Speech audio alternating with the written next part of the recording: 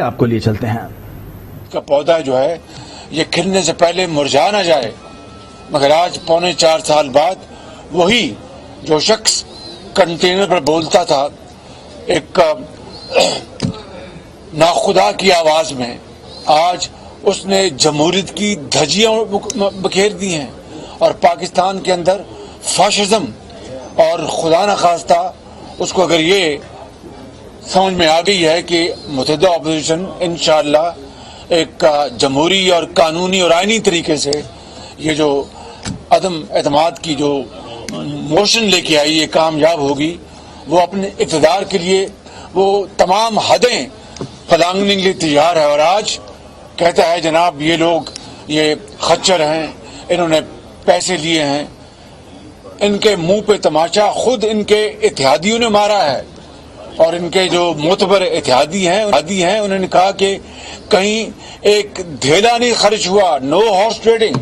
اب بتائیے کہ وہ اتحادی جو ان کے ساتھ ہیں وہ گواہی دے رہے ہیں ان کی پاکی کی، ان ممبران کی جنہوں نے قرآن کریم کے اوپر سورہ یاسین کے اوپر انہوں نے کہا کہ ایک دھیلا نہیں ہم نے نہ لیا نہ خواہش کا اظہار کیا، ہم اپنے حلقوں میں نہیں جا سکتے، خود پی ٹی آئی کے جو باقی جو ممبرز ہیں وہ اپنے حلقوں میں نہیں جا سکتے۔ یہ آج ان کے حلقوں میں جو مہنگائی نے اور بے روزگاری نے جو تباہی مچائی ہے، یہ اس کا ازالہ کرنے کے لیے اپنے ضمیر کے مطابق اگر وہ ووٹ دیتے ہیں تو یہ ان کی مرضی۔ یہ کہتے ہیں کہ جناب ہارس ریڈنگ ہو رہی ہے، اب یہ بھول گئے کہ جو سینٹ میں جو کنہوں نے ووٹ خریدے تھے، پی ٹی آئی کو اپنا چہرہ دیکھنا چاہیے، اپنا کالا چہرہ، جب سینٹ میں انہوں نے ہارس ریڈنگ کی۔ بلوچستان میں کیا ہوا؟ وہاں پی ٹی آئی نے ہارس ریڈنگ نہیں کی۔ گلگت بلتستان میں، آزاد کشمیر میں، اور جو زندہ مثال ہے پنجاب میں جو 6 ممبر مسلم لیگ نون کے جو انہوں نے وہاں سے ان کو علیحدہ کیا، خود سلیکٹڈ وزیر اعظم ان کو چیف منسٹر ہاؤس میں ملا، یہ ساری دنیا نے دیکھا اس کو ٹیلی ویژن کے اوپر۔ تو کیا چیف منسٹر ہاؤس یقیناً ایک گھناؤنے جرم میں ملوث نہیں ہوا؟ یہاں پر تو ایک مقصد کے لیے لوگ اپنے ضمیر کے لیے آگے آئے ہیں، ایک موشن آئی ہے۔ وہاں پر پنجاب میں تو ایسی کوئی بات نہیں تھی، وہ صرف ان کو لالچ دے کر وہ لے کے گئے اور پھر کہتے ہیں اور ہمیں الزام دیتے ہیں۔ تو میں سمجھتا ہوں کہ یہ آج یہ موقع آ گیا ہے کہ ہم عمران نیازی کو ڈنکے کی چوٹ پر یہ کہنا چاہتے ہیں کہ ہم آئین اور قانون کا راستہ اپنانا چاہتے ہیں۔ جو اللہ تعالیٰ کے فضل و کرم سے جس کو جیت کا یقین ہو، اس مالک کے کرم سے وہ کبھی لڑائی نہیں چاہتا، وہ کبھی دھینگا مشتی نہیں چاہتا، وہ کبھی جھگڑا نہیں چاہتا۔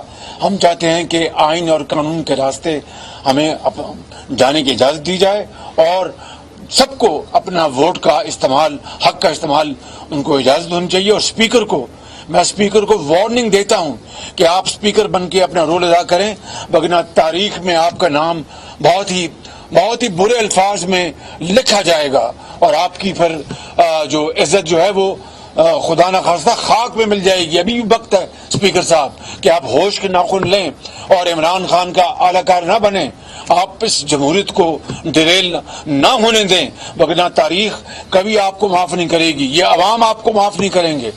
میں سمجھتا ہوں کہ آج یہ بتانا مقصود یہ تھا کہ یہ تمام لوگ اپنی آزاد من سے خود اپنے ضمیر کی آواز پر یہ جو کچھ انہوں نے ٹیلی ویژن پر کل اور پرسوں کہا، آج بھی کچھ لوگ میں نے سنا ہے کہ وہ کہنے جا رہے ہیں، تو کسی نے ان کو نہ کہا ہے، نہ روکا ہے، نہ ان کو اجازت دی، وہ خود اپنی مرضی سے سب کچھ کر رہے ہیں۔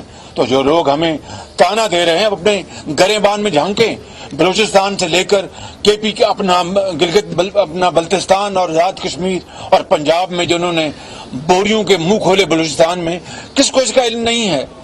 تو اس لیے ہمارا منہ نہ کھلوائیں۔ اور میں یہ آئی جی اسلام آباد اور کمشنر اسلام آباد اور ڈپٹی کمشنر اسلام آباد اور انتظامیہ کو میں وارننگ دیتا ہوں کہ اگر آپ نے اس آئینی اور قانونی راستے میں رکاوٹ ڈالی اور عمران نیازی کے اگر آپ اعلی کار بنے تو قانون اپنی گرفت میں آپ کو لے گا اور پھر آپ کو کٹہرے میں کھڑا کرے گا اور قانون اپنا راستہ اپنائے گا، پھر ہم سے گلہ مت کرنا۔ ان الفاظ کے ساتھ میں ایک دفعہ پھر آپ کا شکریہ ادا کرتا ہوں۔ اب میں جناب مولانا فضل الرحمان صاحب سے گزارش کروں گا بات کریں۔ بسم اللہ الرحمن الرحیم نحمده ونصلی علی رسولہ الکریم. جناب میاں شہباز شریف صاحب نے جن خیالات کا اظہار کیا ہے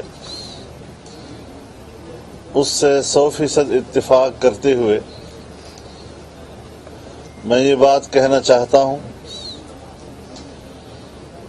کہ ہم روز اول سے اس قومی مجرم کے مقابلے میں میدان میں کھڑے ہیں،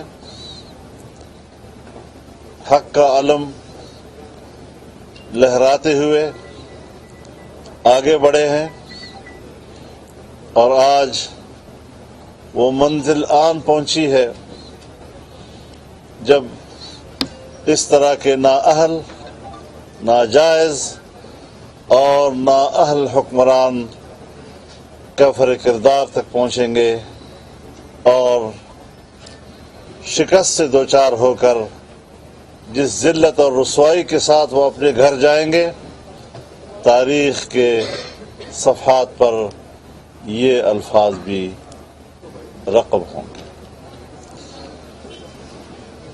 اس وقت جو زبان استعمال کی جا رہی ہے جلسوں میں، ایک سیاسی لیڈر تو بہت بڑی بات ہے، ایک گھٹیا انسان بھی اتنے بڑے جلسوں میں اس طرح کی زبان استعمال نہیں کر سکتا. اگر شرافت قریب سے بھی گزری ہوتی تو یہ زبان استعمال نہ ہو سکتی. ہم نے اس کی پرواہ نہیں کی. گالیوں کی سیاست ہم نے نہ قوم کو سکھائی ہے نہ اپنے کارکن کو سکھائی ہے. یہ کہ وہاں پہ جو بڑے شہر ہیں وہاں بھی رنگ روڈ بنائے جائیں تاکہ لوگوں کو ٹریفک کے مسائل ان کے کم سے کم کیے جائیں.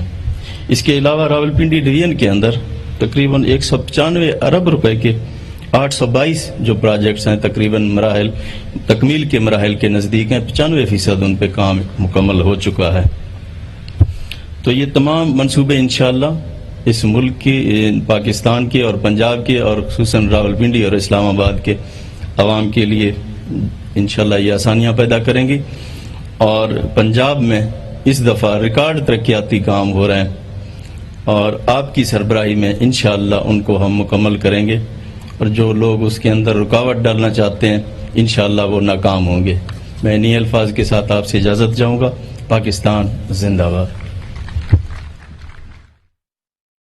اس وقت تو آپ نے ان کو ضمیر کی آواز کہا، آج کبھی آپ ان لوگوں کے لیے گدھے، کبھی خچر کے الفاظ استعمال کرتے ہیں. میرے خیال میں یہ جتنے الفاظ اس کے اپنے منہ سے صادر ہو رہے ہیں آپ کو لیے چلتے ہیں، اور لوگ کہتے ہیں کہ جی کسی درخت کا ایک پتا بھی نہیں کٹا اس سے. تو ہم تو اپنے پرامن رہنے کے ثبوت دے چکے ہیں. پورے پاکستان میں 14 ملین مارچ کر کے، اسلام آباد میں ایک آزادی مارچ کر کے. لیکن ایسے وقت پہ جبکہ پارلیمنٹ کے اندر ایک آئینی عمل وہ اپنے مراحل عبور کر رہا ہو، اور ایسے وقت میں یہ اعلان کر دینا کہ ہم یہاں 10 لاکھ لوگ بلائیں گے، یہ ممبران ان کے اوپر سے گزریں گے اور ان کے اوپر سے باہر آئیں گے، اس کا تو معنی یہ ہے کہ آئین کے دائرے کے اندر رہتے ہوئے ایک خالصتاً پارلیمانی عمل اس کو وہ اپنے غنڈوں کے ذریعے روکنے کی کوشش کر رہے ہیں. تو ظاہر ہے کہ پھر شرفاء نے آ کر ان کو تحفظ بھی دینا ہے. اور انشاءاللہ العزیز یہ جو کچھ بھی ہوگا 10 لاکھ بہت بڑی بات ہے. میں نے کہا 172 لے کر آ جائیں، یہ بھی بہت بڑی بات ہوگی ان کے لیے. اور یہ بھی میں بتا دوں کہ پورے ملک سے اس جعلی حکومت کے خلاف اتنی دنیا اسلام آباد میں وارد ہوگی کہ یہ خس و خاشاک کی طرح